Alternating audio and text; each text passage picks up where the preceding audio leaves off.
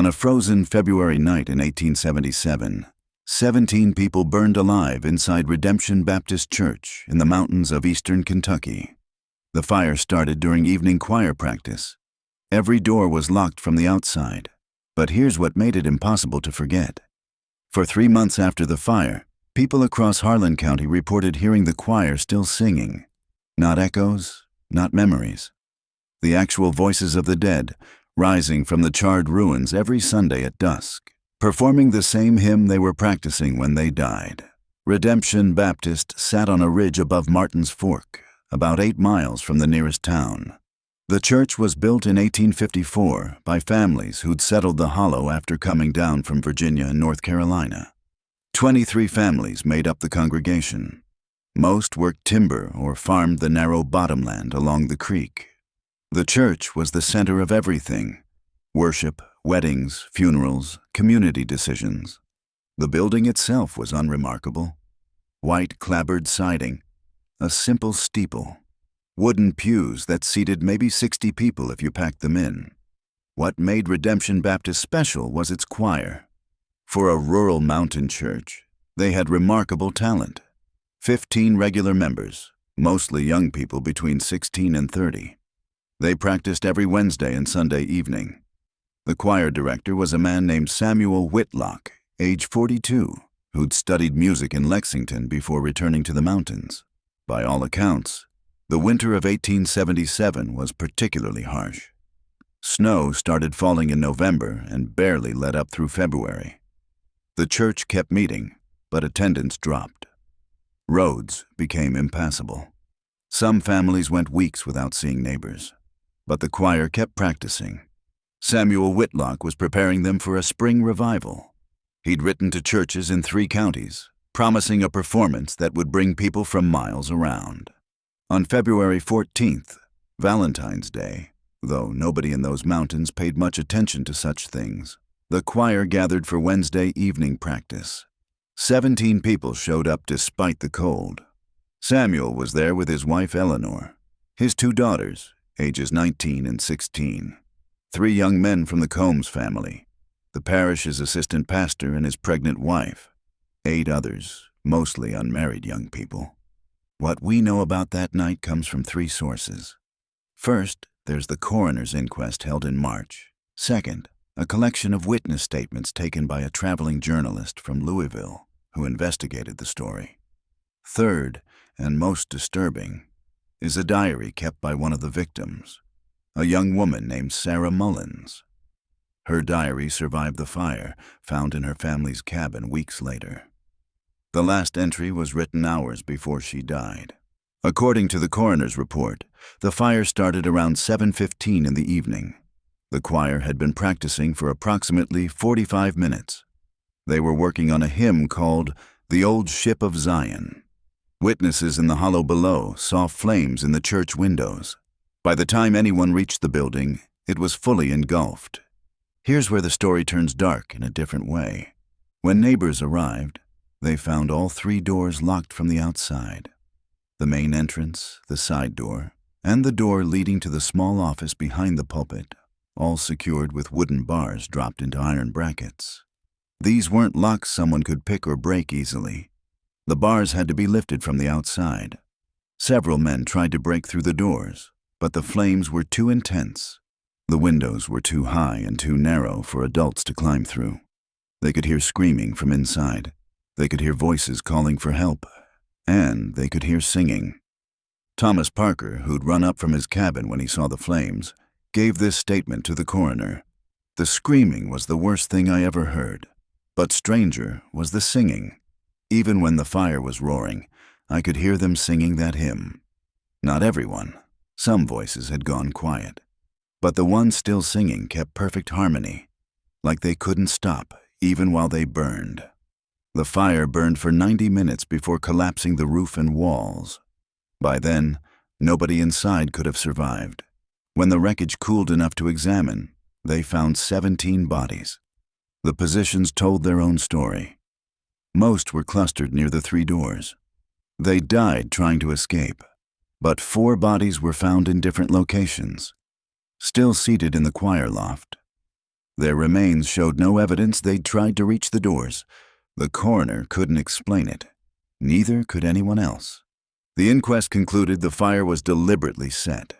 Someone had barred the doors from outside, then started the blaze. But determining the culprit proved impossible. The surrounding snow had been trampled by dozens of feet during the rescue attempt. No tracks could be isolated. No witnesses saw anyone approaching or leaving the church before the fire started. 3 theories emerged. First, that it was murder. Someone in the community had a grievance against the church or certain members. Second, that it was an accident combined with panic. Perhaps someone barred the doors for reasons unknown. The fire started accidentally, and they fled without freeing the trapped congregation. Third, that it was something else entirely. This third theory didn't appear in official records, but it runs through personal letters and diary entries from the period. Sarah Mullen's diary provides crucial context. She was 22 years old, unmarried, one of the choir's strongest voices. Her entries from the weeks before the fire describe growing tension in the church. Samuel Whitlock had become obsessed with perfection. He pushed the choir to practice longer, sing harder. He talked about how their voices could reach beyond the mountains, beyond Kentucky, beyond the physical world entirely. He spoke of music as a kind of prayer that could open doorways. Sarah's final entry, written the afternoon before she died, includes this passage. Samuel says we're close to something extraordinary. He's been teaching us a harmony he calls the resonance. Says it's an old technique from Europe, from before the Reformation. Makes us sing the same phrase over and over until the sound builds on itself. Last practice, I felt dizzy. Mary Combs had a nosebleed. But Samuel won't stop. He says we're on the verge of understanding something about the divine nature of sound. After the fire, Samuel Whitlock's cabin was searched. They found books on music theory, but also stranger materials, manuscripts in Latin, diagrams showing geometric patterns with musical notation, letters from a professor in Boston discussing theories about sound frequencies and their effects on human consciousness. Whitlock had been researching something, though what exactly remained unclear. The community buried the dead in a mass grave on the hill above the church ruins. They held a funeral service. The preacher from the next hollow spoke about tragedy and the inscrutability of God's will. Everyone expected life to return to some kind of normal, scarred by grief but moving forward. Instead, the singing started. The first report came 3 days after the burial. A man named Jacob Ernst was hunting deer on the ridge behind the church ruins. This was late afternoon, maybe an hour before sunset. He heard singing, clear as anything. Multiple voices in harmony singing "The Old Ship of Zion." He thought perhaps a memorial service was happening, though he'd heard of nothing planned. When he walked to the ruins, he found no one there. The singing continued, seeming to come from the burned foundation itself. When the sun dropped below the ridgeline, the singing stopped abruptly. 4 more people reported the same thing over the next 2 weeks, always around sunset on Sunday. Always the same hymn, always from the church ruins, though no physical source could be found. The local sheriff investigated. He and 2 deputies camped near the site on Sunday evening. All 3 heard the singing. They searched every inch of the ruins and surrounding woods. Nothing. If you're enjoying this investigation into one of Appalachia's most disturbing mysteries, consider subscribing.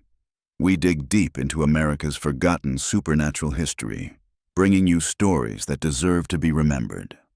By March, the phenomenon had become undeniable. Crowds gathered at the ruins every Sunday evening. 50, 60, sometimes more than 100 people. They'd stand in the snow, listening to the dead choir sing. Many recognized specific voices: Samuel Whitlock's baritone, Eleanor Whitlock's soprano, Sarah Mullen's alto. The individual voices were distinct, though the overall effect was otherworldly. Some said it was beautiful. Others found it disturbing beyond description. The community split on interpretation. Some believed it was a miracle, proof that the victims' souls continued praising God despite their earthly suffering. Others thought it was something darker, that the fire and the deaths had torn some kind of hole in the natural order, and the singing was evidence of something trapped between worlds. Reverend Marcus Shaw from the neighboring parish came to investigate in mid-March. He was a circuit preacher, educated, skeptical of supernatural claims. He attended the Sunday evening gathering at the ruins with the intention of debunking the phenomenon. His letter to the Presbyterian Synod in Louisville describes what happened. I arrived expecting mass delusion or some natural acoustic effect. What I experienced defies both explanations. As the sun began setting, I heard voices. Not a whisper or suggestion, but clear, unmistakable singing. 17 distinct voices performing a complex 4-part harmony. The sound seemed to emanate from the burned foundation, though I could detect no physical source. I walked through the ruins during the performance. The singing continued regardless of my position. It wasn't an echo or reflection. It was as though the voices existed in the space itself, disconnected from any physical origin. The hymn lasted approximately 8 minutes. When the sun fully set, the singing stopped mid-phrase. The silence that followed was absolute. Reverend Shaw's letter includes a disturbing observation. He noted that the singing sounded different each week, not in quality, but in character. The first weeks, it seemed mournful, almost pleading. By the time Shaw investigated, the tone had shifted. He described it as increasingly frantic, as though the singers were becoming aware of their condition and desperately trying to communicate something beyond the hymn's words. Then came the night of March 24th, exactly 40 days after the fire. The usual crowd had gathered, maybe 75 people. The sun was setting and everyone waited for the singing to begin. It started normally. The old ship of Zion, same as always. But this time, something was different. The voices were louder, more insistent. And they weren't just coming from the church ruins anymore. Multiple witnesses described hearing the choir from different locations simultaneously. Some heard it from the ruins. Others heard it from the woods. Several people reported hearing it from inside their own heads, as though the voices had bypassed their ears entirely. A woman named Catherine Morris had a seizure. 3 children started bleeding from their noses. 2 men ran from the site, claiming the sound was trying to pull them somewhere. The singing lasted nearly 20 minutes that night, more than twice as long as previous occurrences. When it finally stopped, several people in the crowd reported feeling disoriented, unable to remember the previous few minutes. One man was found wandering in the woods an hour later, confused about how he got there. The local authorities decided the gatherings had to stop. The sheriff posted notices warning people to stay away from the ruins. The county supervisor talked about having the foundation excavated and the stones scattered. But before any action could be taken, the phenomenon changed again.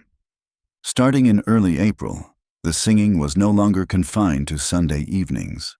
People reported hearing it at random times throughout the week, sometimes during the day, more often after dark. The reports came from increasingly distant locations. Someone heard it 5 miles from the church site, then 8 miles, then scattered reports from across the entire county. What made this particularly unsettling was that the choir seemed to be looking for something. The singing would start in one location, then move.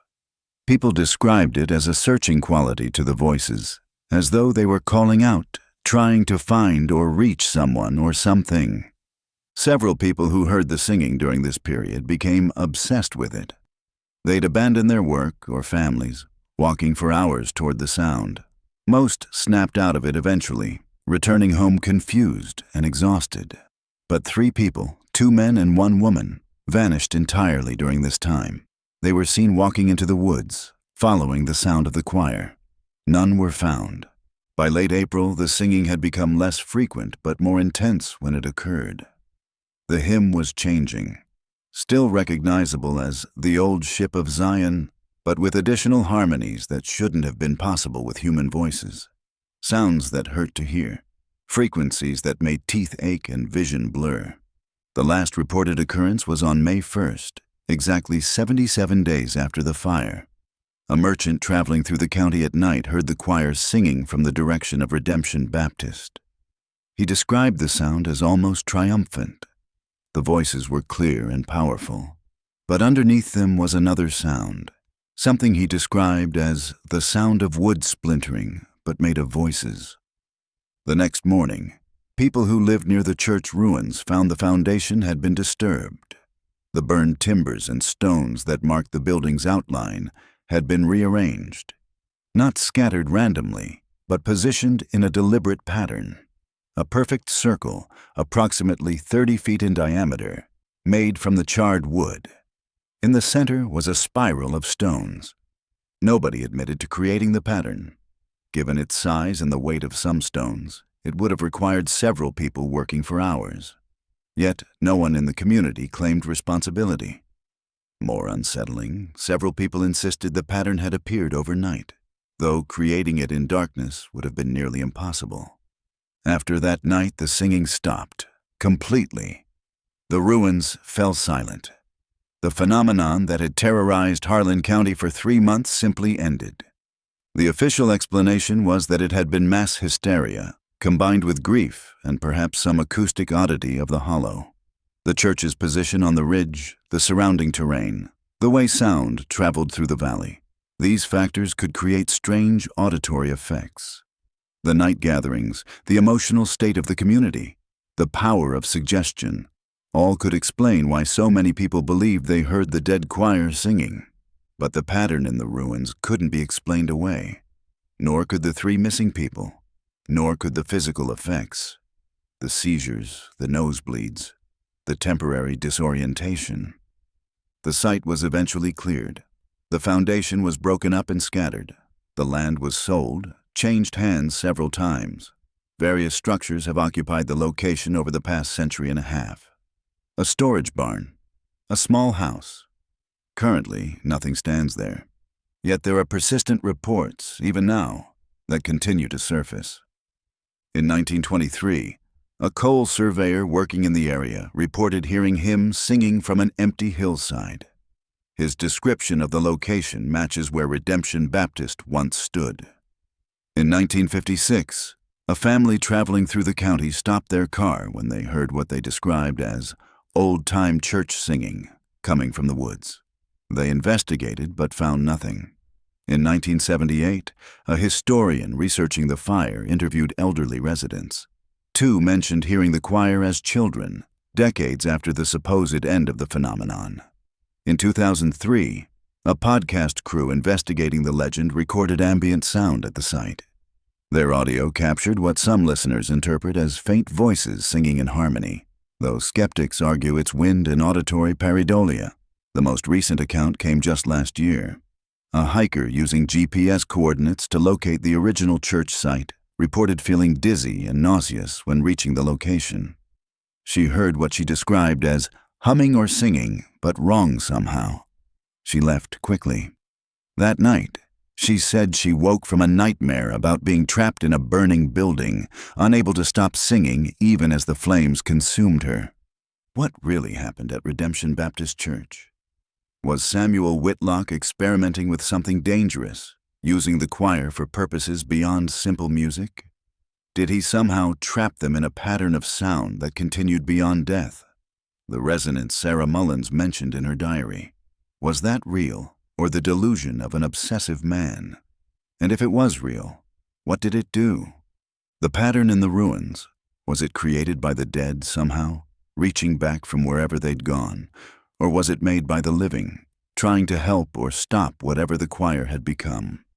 There's a third possibility that nobody wants to consider. Maybe the pattern was an invitation, a doorway. And on May 1st, 1877, something answered. Because here's what the official records don't mention, but what shows up in private letters and journal entries from that period. After the singing stopped, something else started. For years afterward, people in that part of Harlan County reported feeling watched when passing the old church site, of hearing footsteps behind them on empty trails, of seeing figures in windows of abandoned buildings, standing motionless, their mouths open as if singing without sound. And then there's the detail that nobody can explain. The Whitlock family Bible, which survived the fire because it was stored at Samuel's cabin, contains a handwritten note in the margin next to Psalm 150. The note wasn't there before the fire. Multiple people confirmed this. But when the Bible was examined after Samuel's death, there it was, in his handwriting. We found the frequency. God help us, we can't stop. The last documented search of the church site was in 1881, 4 years after the fire. They were looking for the remains of one of the 3 people who'd vanished. The search party reported finding bones scattered in a wide circle around where the foundation had been.